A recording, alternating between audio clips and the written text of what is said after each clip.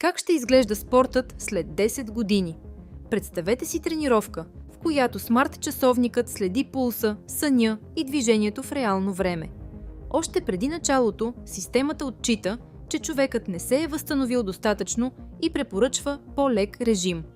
В професионалния спорт подобни технологии вече се използват.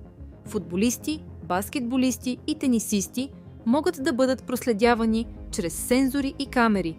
Изкуственият интелект обработва тези данни и помага да се разбере кога спортистът е в добра форма или има риск от травма. Интелигентните устройства вече не просто броят стъпки. Те анализират сърдечна честота, качество на съня, активност, умора и възстановяване. На тази основа се дават персонализирани препоръки за тренировка, почивка и натоварване.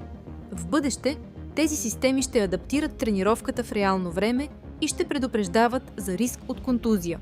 Но може ли изкуственият интелект напълно да замени човешкия треньор? Изкуственият интелект може да анализира данни, но човекът разбира мотивацията, емоциите и индивидуалния контекст.